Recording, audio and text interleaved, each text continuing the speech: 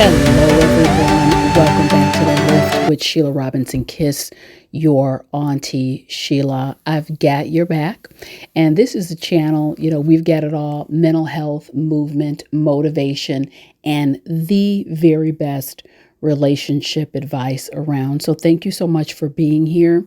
I wanted to put out this message. I received a note from Sheldon, and I want to talk about you're being used.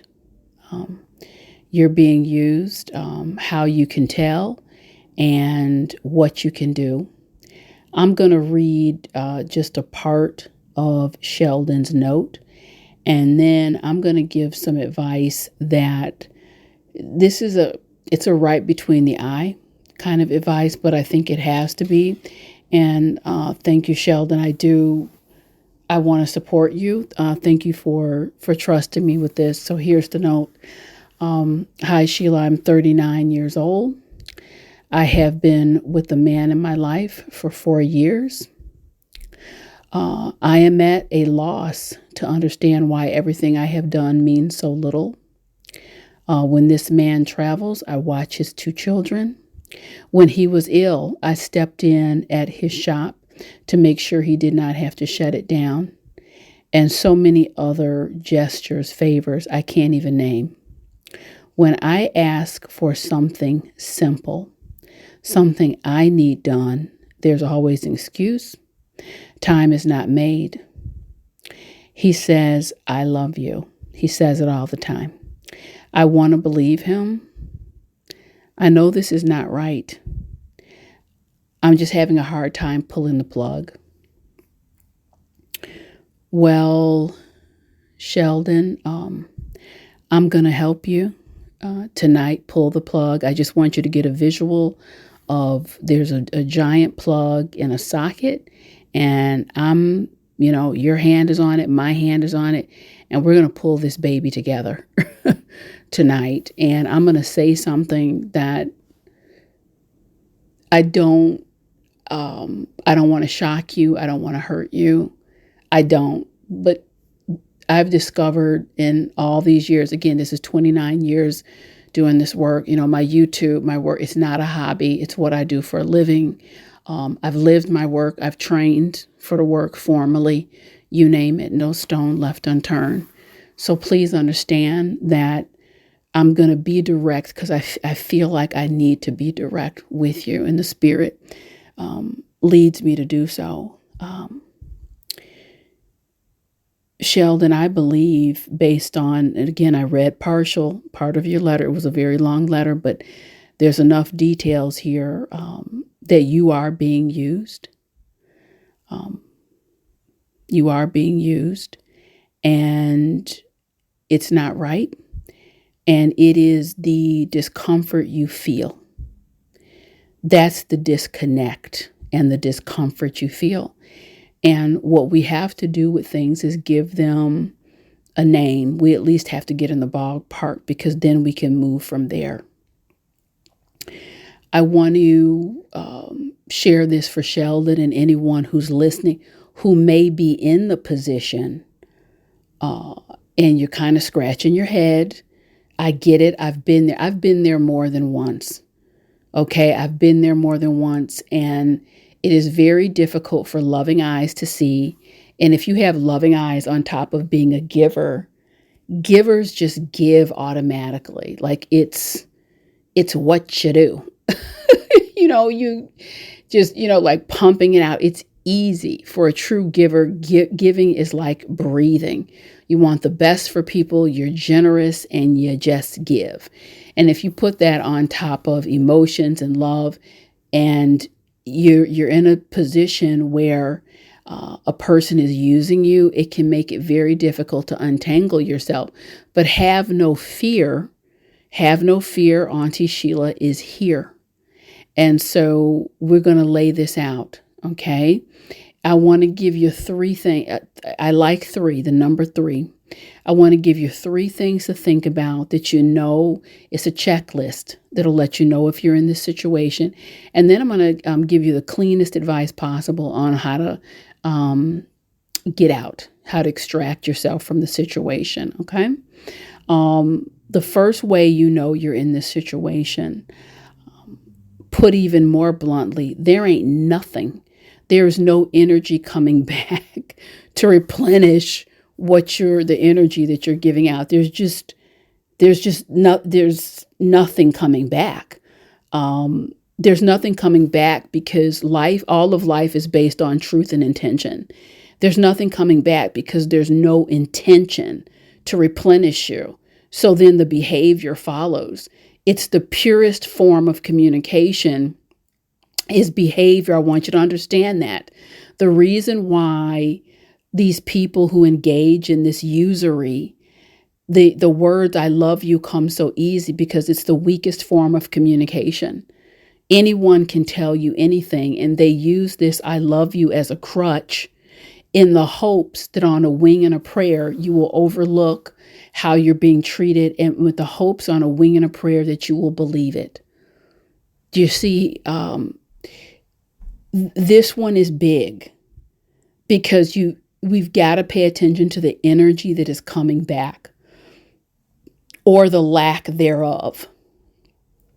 And both of those leave clues for you. When someone has the intention to be reciprocal in a balanced relationship, you're doing things for them, they're doing things for you. You don't spend the lion's share of your time, which leads me to number 2. If you're spending the lion's share of your time doing clue number 2, that's how you know. And that is reaching for data and excuses to justify the position you're in. It's you keep going down this manufactured checklist in your mind. Oh, they're busy. This is just their way. This is how they roll. This is how they communicate. So that's a lot of time spent in justification. When things are good, you don't have those question marks. When things are good, you have periods. When things are shaky, it's a question mark behind it. So that's another key right there. Am I spending a lot of time kind of justifying what I'm feeling, the behaviors, what I'm experiencing, the lack of me being empty cup? Are you an empty cup? Because you haven't been filled up. And then third, I'd like to keep this very clean and simple. We don't have to, do a million cartwheels and backflips. I'd like to keep this simple. Your spirit won't rest. Your spirit won't rest. You try to give it a rest. You try to hug it and come on, spirit, rest. And it won't let you rest because the highest part of you is calling BS. Your spirit self is like, I call BS. And you keep wanting to go with it. So until there is alignment, until there's a recognition from you, from your spirit self, you join that highest level of recognition. Yeah, this BS, I call BS. Let's every part of me call BS together.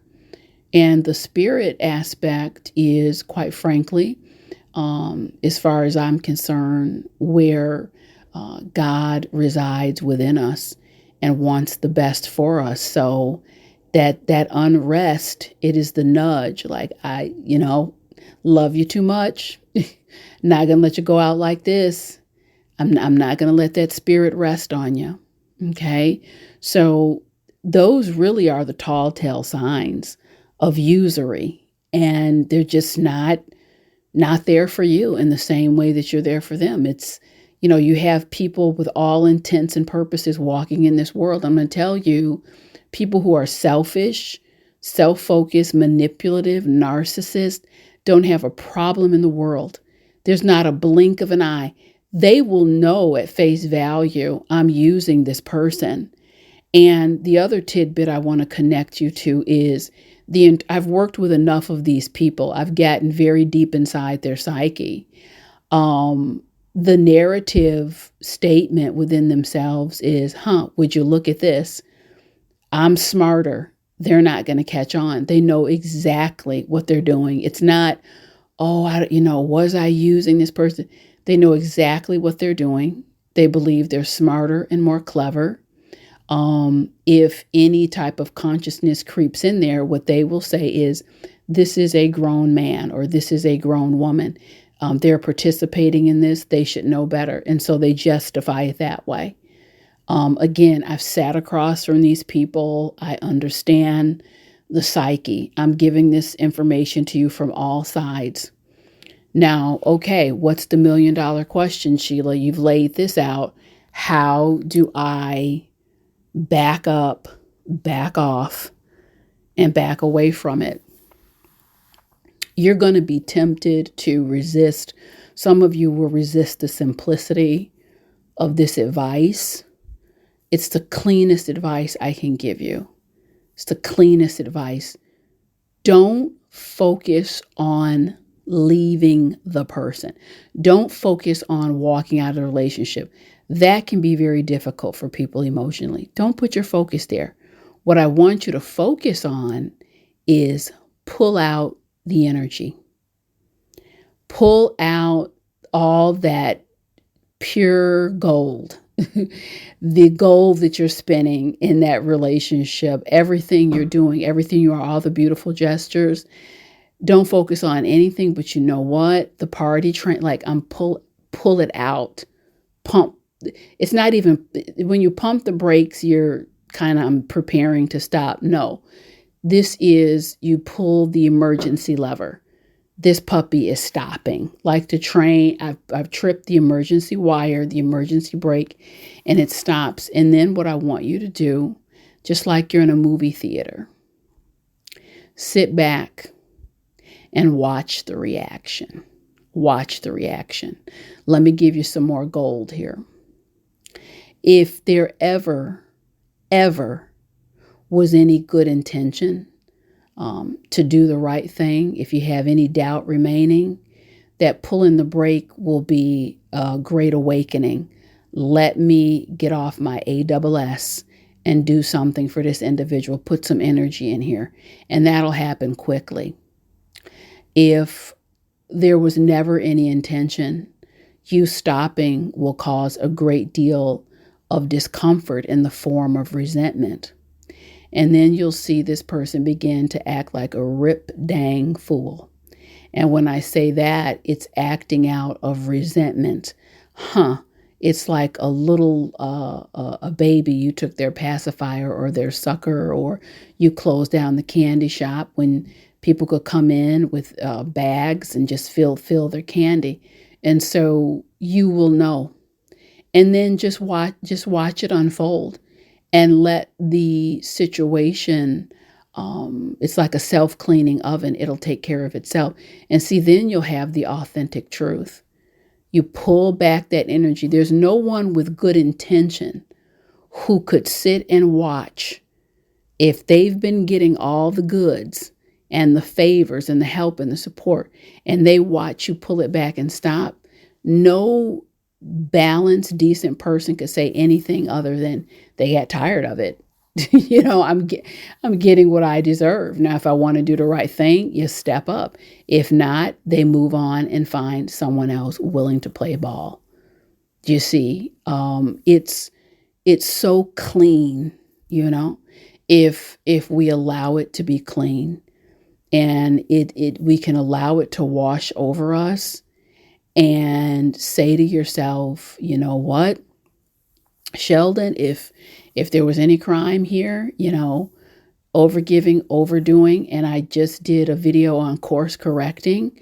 When you're in a situation like this and you're being used, don't waste your time lamenting. Okay, I got it.